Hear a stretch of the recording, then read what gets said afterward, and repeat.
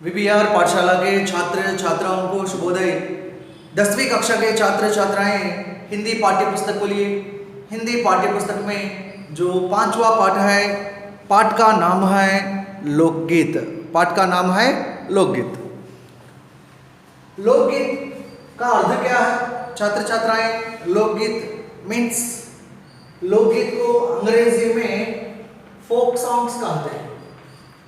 Folk songs తెలుగులో ఏమంటారు? జానపద గీతాలు, జానపద గేయాలు లేకపోతే జానపద గీతాలు। ठीक है छात्र छात्राएं, 5वां पाठ है लोकगीत। लोकगीत कैसा पाठ है? पहला प्रश्न है, लोकगीत कैसा पाठ है? लोकगीत ఎటువంటి పాఠం? लोकगीत एक गद्य पाठ है। It's a prose lesson. गद्य पाठ है। गद्य पाठ में किस विधा से संबंधित पाठ है? गद्य पाठलो गद्य भागंलो ఏ పద్ధతికి చెందినటువంటిది? For example, before we studied one prose lesson. Idgah हम पढ़ चुके हैं। ईदगाह ये गद्य पाठ है। गद्य पाठ में किस विधा से संबंधित पाठ है? गद्य भाग में कहानी विधा से संबंधित पाठ है। उसी प्रकार लोकगीत एक गद्य पाठ है। गद्य पाठ में निबंध विधा से संबंधित पाठ है। निबंध विधा गद्य భాగంలో విధ అనే టైప్స్ రకాలు ఉంటాయి। మరి ఏ మెథడ్స్ ఉంటాయి? ఏ పద్ధతుల్లో గద్య భాగం ఉంటుంది? కహాని, సంవాద్, एकांकी, पत्र लेखन, निबंध, इस प्रकार साक्षात्कार, ఈ విధమైనటువంటి మెథడ్స్ లో మనము రాస్తూ ఉంటాము। प्रस्तुत जो पाठ लोकगीत गद्य पाठ किस विधा से संबंधित पाठ है? निबंध विधा से संबंधित पाठ है। ठीक है छात्र छात्राएं, अब लोकगीत फोक सॉन्ग्स आपको मालूम है ना? జానపద గీతాలు మీరు వినే ఉంటారు। బాగా వెల్ నోన్ సాంగ్ మీకు తెలిసినటువంటి పాట బతుకమ్మ బతుకమ్మ ఉయ్యాలు బంగారు బతుకమ్మ ఉయ్యాలు, అటువంటి పాటలు రేలా రే రేలా రేలా రేలా రేలా రే రేలా రేలా రేలా, ఈ పాటలన్నీ వినే ఉంటారు। కోడల కోడల కొడుకు పెళ్ళమ్మ ఓయమ్మ, ఇటువంటి పాటలు, చాలా పాటలు, జానపద గీతాలు అందరినీ ఆకట్టుకునే విధమైనటువంటి పాటలు ఎన్నో ఉన్నాయి। ठीक है छात्र छात्राएं, लोकगीत गद्य पाठ में जो उन्मुखीकरण है, यहाँ देखिए उन्मुखीकरण है। मेहंदी है रचने वाली हाथों में गहरी लाली, कहे सखियां अब कलियां हाथों में खिलने वाली हैं, तेरे मन को जीवन को नई खुशियां मिलने वाली हैं। जो उन्मुखीकरण में यह एक गीत है, ఇది ఒక పాట। देखिए, मेहंदी है रचने वाली हाथों में गहरी लाली, कहे सखियां अब कलियां हाथों में खिलने वाली हैं, तेरे मन को जीवन को नई खुशियां मिलने वाली हैं। विवाह के पहले जो गाने वाले गीत होते हैं, మరి వివాహానికి ముందు పాడేటువంటి పాట, స్నేహితులందరూ కూడా మరి కలిసి పాడుతూ ఉంటారు। ఏమని పాడుతూ ఉంటారు? మెహందీ హై రచనే వాली हाथों में गहरी लाली,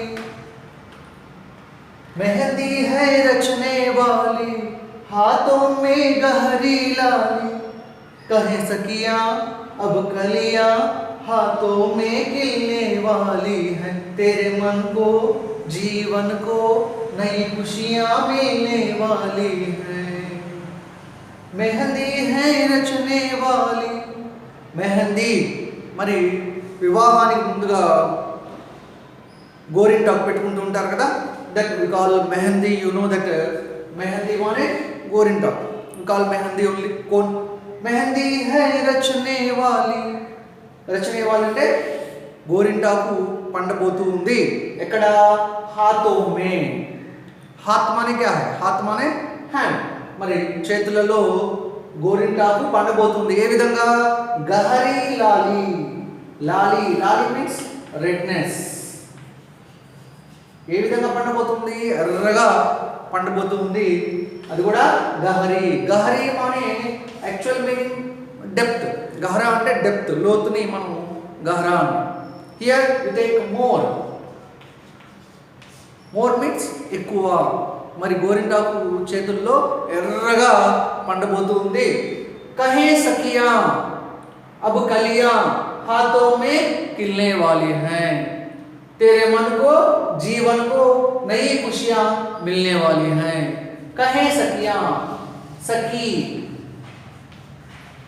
सखी बहुवचन है सखियां. सखी माने कौन है?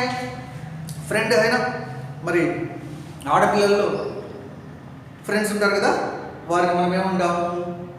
సహేలి అంటాం. మిత్ర అని అనం కదా. గర్ల్స్లో ఉండేటువంటి వారికి ఫ్రెండ్స్ని సహేలి అంటాము. బహువచనం సహేలియా. అదే విధమైనటువంటి పర్యాయ పదం, సమానమైనటువంటి అర్థం ఇచ్చే పదం సఖీ, సఖియా.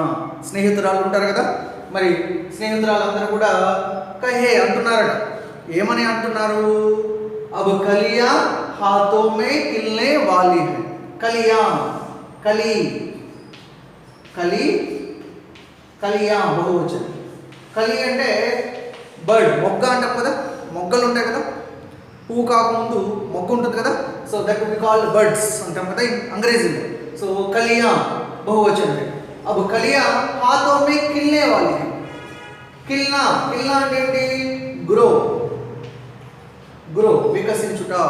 మరి చేతుల్లో మొగ్గలు వికసించిపోతూ ఉన్నాయి అని అంటే, వికసించబోతున్నాయి అని అంటే, అంటే చేతుల్లో ఏదైతే పెట్టుకున్నటువంటి గోరింటాకు చక్కగా పండబోతూ ఉంది అని అర్థం.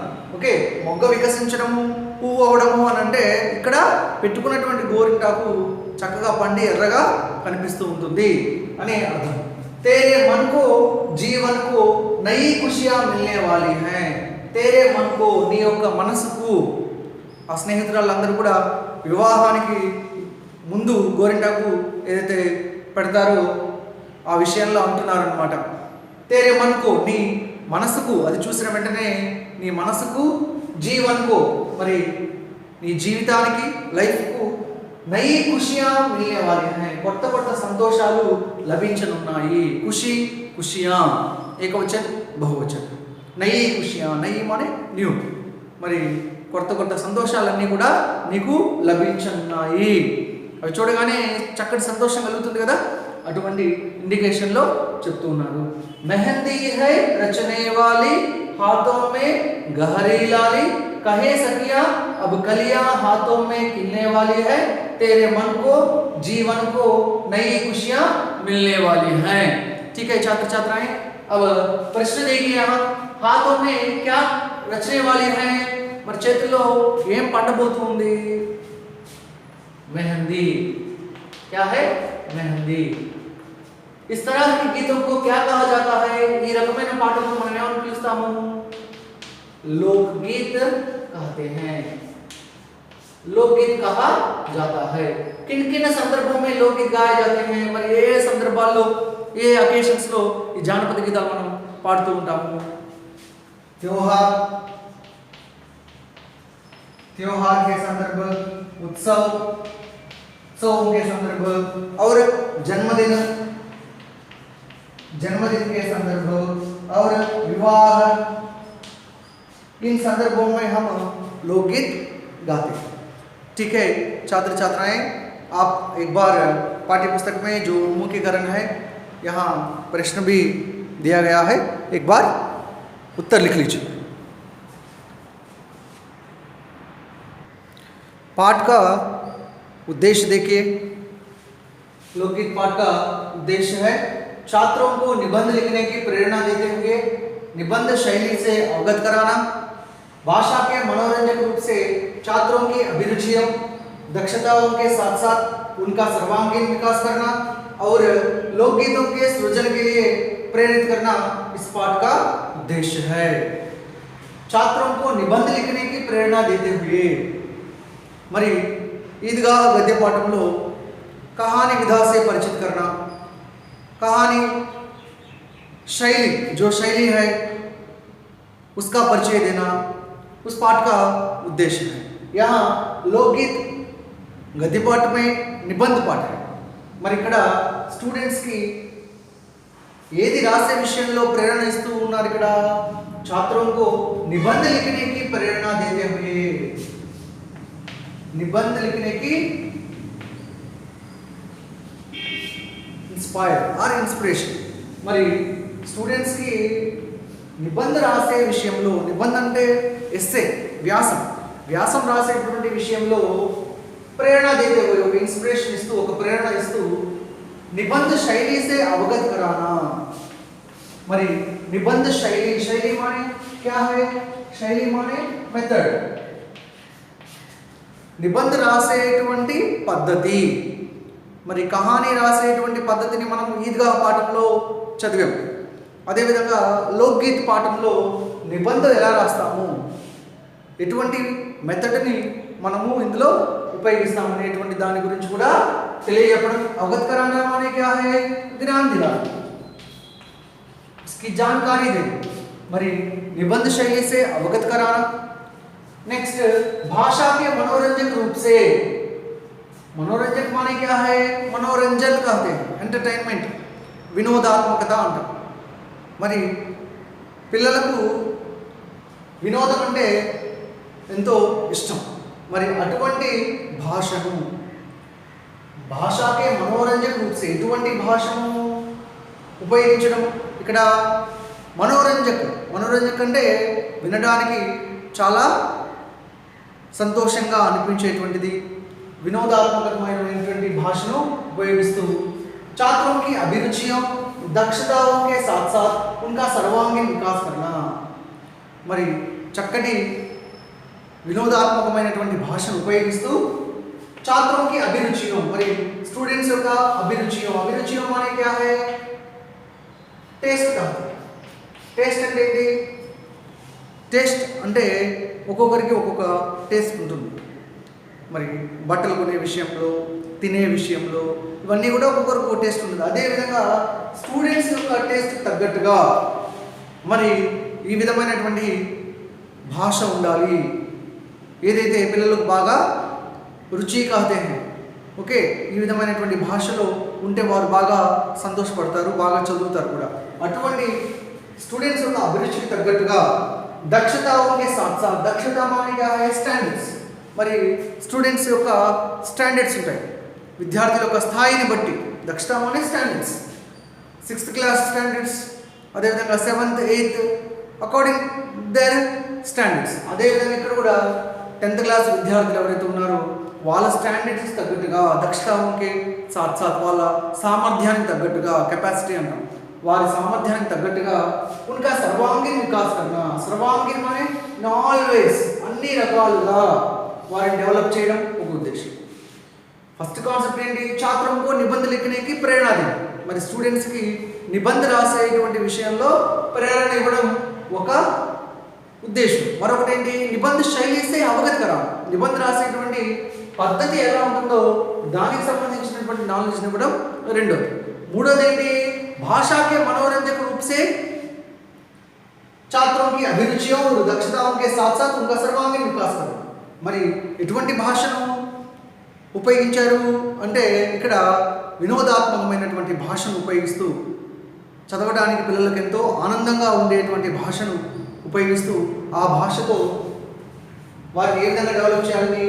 छात्रों की अभिरुचियों दक्षताओं के साथ साथ, మరి స్టూడెంట్స్ యొక్క అభిరుచికి తగ్గట్టుగా, వారి టేస్ట్కి తగ్గట్టుగా ఈ విధంగా ఉంటే బాగుంటుంది చదవడానికి అని వాళ్ళ యొక్క టేస్ట్ ఉంటుంది కదా, వారికి తగ్గట్టుగా छात्रों की अभिरुचियों दक्षताओं के साथ साथ వాళ్ళ యొక్క స్టాండర్డ్స్ తగ్గట్టుగా, వారి యొక్క కెపాసిటీ సామర్థ్యానికి తగ్గట్టుగా ఉండి ఉనకా సర్వాంగీణ వికాస్ करना, వారిని అన్ని రకాలుగా డెవలప్ చేయడం అనేది కూడా ఈ పాఠం యొక్క ఉద్దేశం।